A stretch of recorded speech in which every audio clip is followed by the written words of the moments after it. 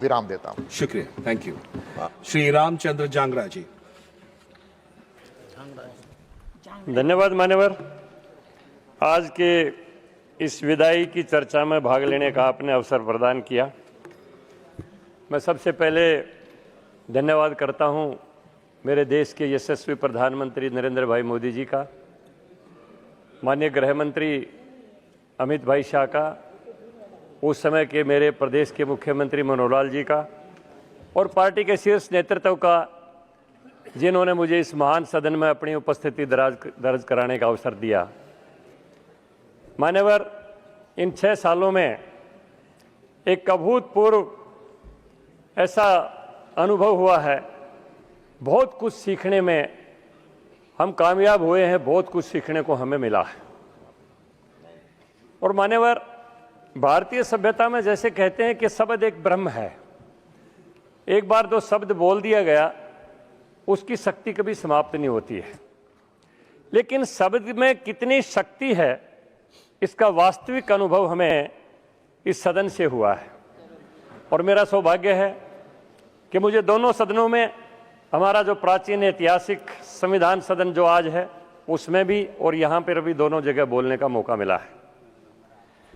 मान्यवर, मैं अपने सभी माननीय साथियों से एक बात कहना चाहता हूं और एक अनुभव साझा करना चाहता हूं। मैं सदन के अंदर गायत्री महामंत्र के ऊपर चर्चा कर रहा था, उसकी महिमा का व्याख्यान कर रहा था, तब मुझे पता चला कि इस सदन की कितनी बड़ी ताकत है। ऑल वर्ल्ड गायत्री परिवार, उन्होंने मेरे भाषण को अपने पेज के ऊपर डाल दिया। बाबा रामदेव जी, पतंजलि परिवार ने मेरे भाषण को अपने पेज के ऊपर डाल दिया।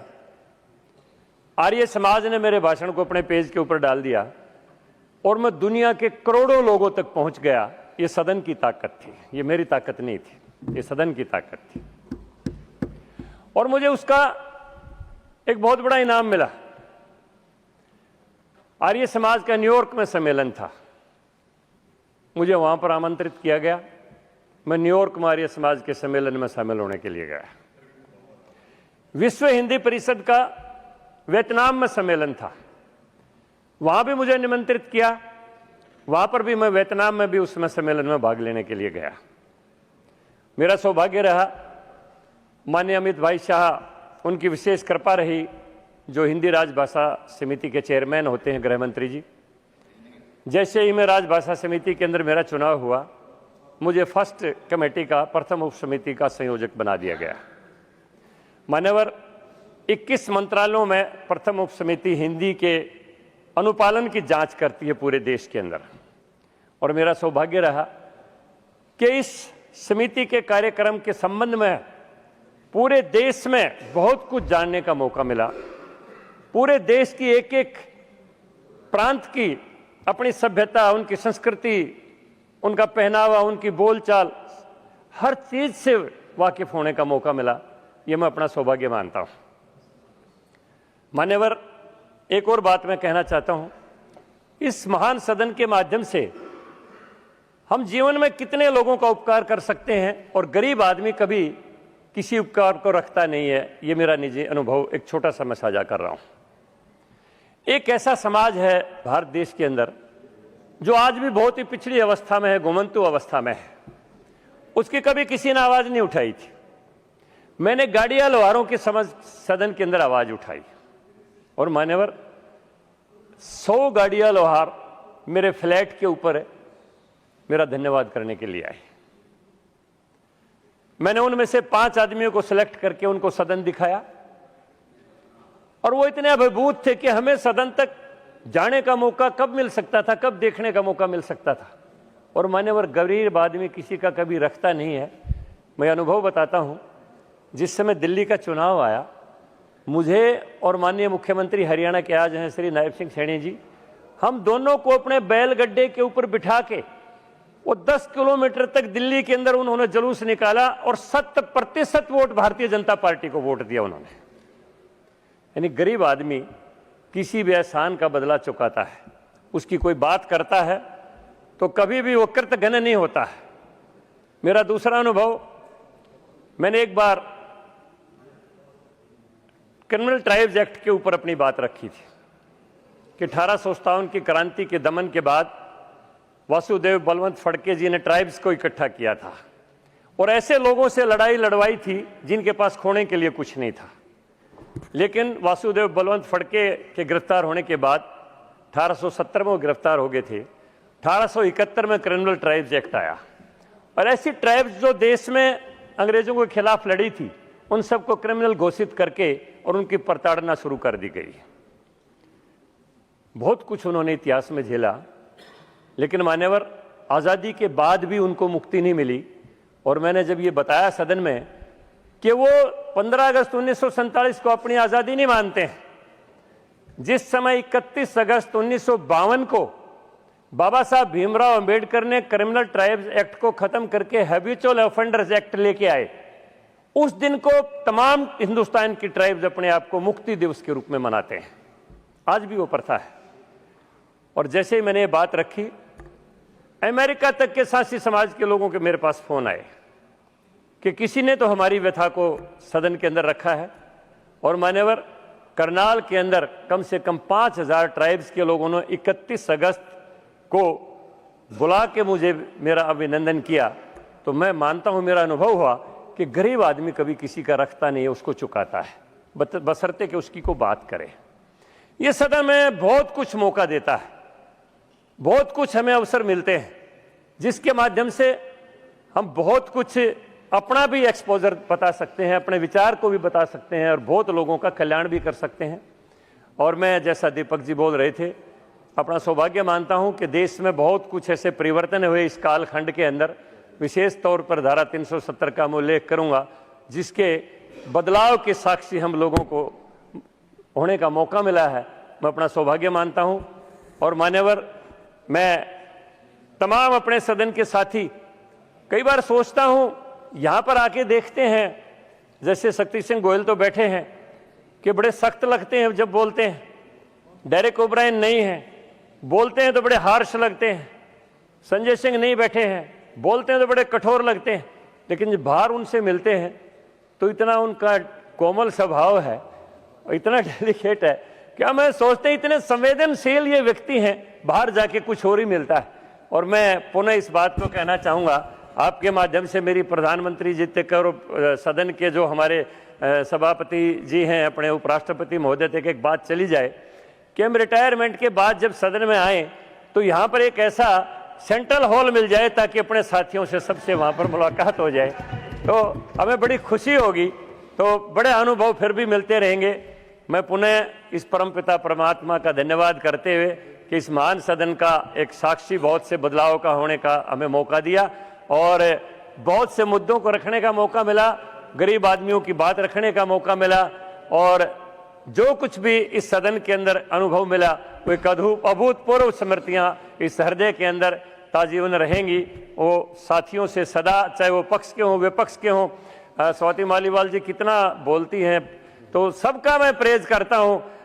अपने अयोध्या जी भी और जितने भी यहाँ पर बैठे हैं, और शायरी मिलती है अठावले जी की, एक विशेष अनुभव होता है। तो सभी का नाम ना लेते हुए सभी के प्रति कृतज्ञता व्यक्त करते हुए और जयराम रमेश जी की पेशेंस का धन्यवाद करते हुए मैं अपनी बात को विराम देता हूँ। पेशेंस का धन्यवाद करते हुए मैं अपनी बात को विराम देता हूँ। श्रीमान रामदास अठावले जी।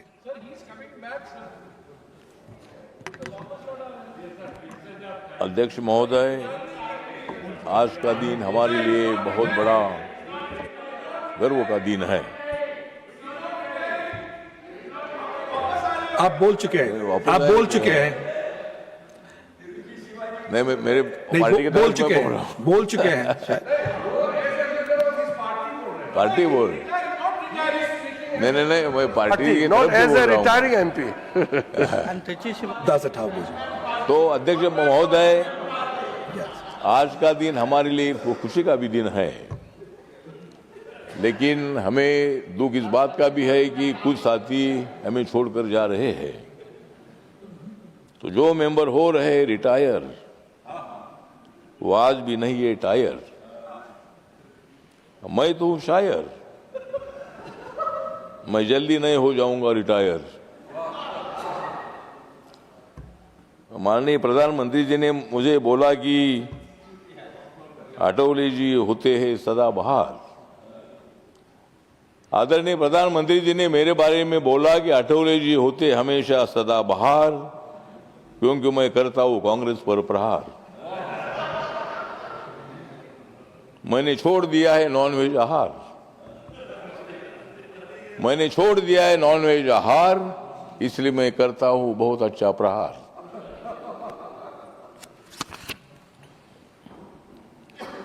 मैंने तो बोला था मैं वापस आऊंगा, मैंने तो बोला था मैं वापस आऊंगा और नरेंद्र मोदी जी के विकास का गीत गाऊंगा।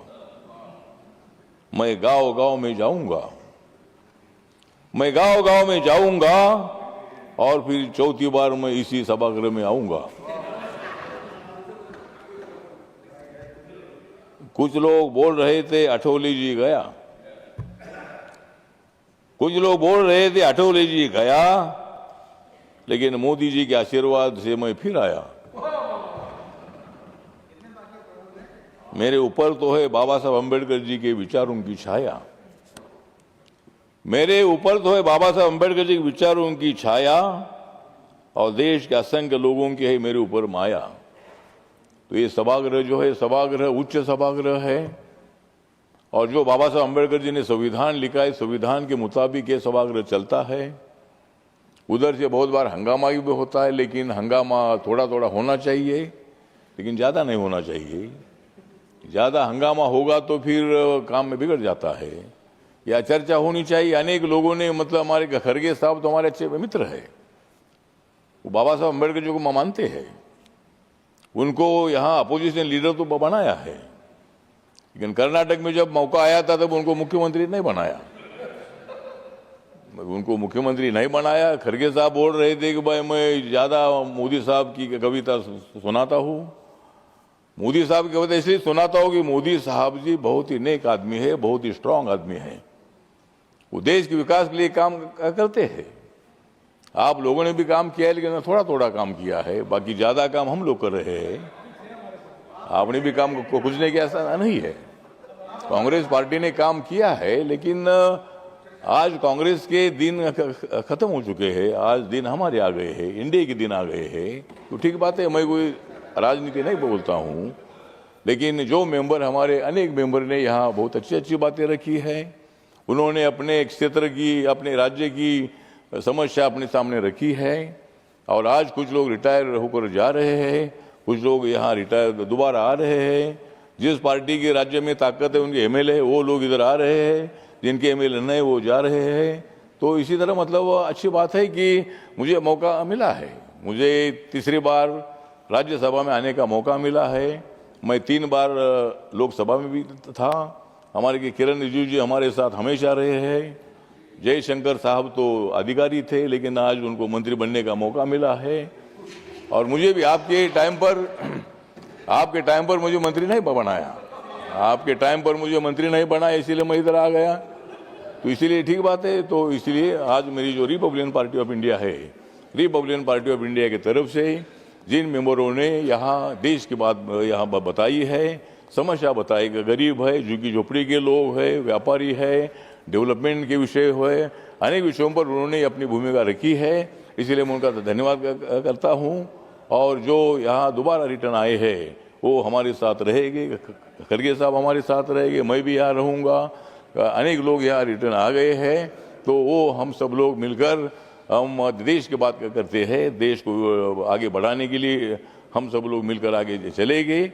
और आप लोगों का भी हमको सहयोग आवश्यक है, हमारा सहयोग आपको मिलता रहेगा, और हम देश को ऊंचाई तक पहुंचाएंगे। इकोनॉमी 3 नंबर पर जाएगी, 2 नंबर पर जाएगी, एक दिन 1 नंबर पर आएगी। तो ऐसा काम हम लोगों को करना है। यही बात मैं करते हुए सभी मेंबर का मैं धन्यवाद करता हूं। नमस्कार, प्रणाम, जय भीम, जय भारत। श्रीमती रमीला बेन बेचारबाई बारा।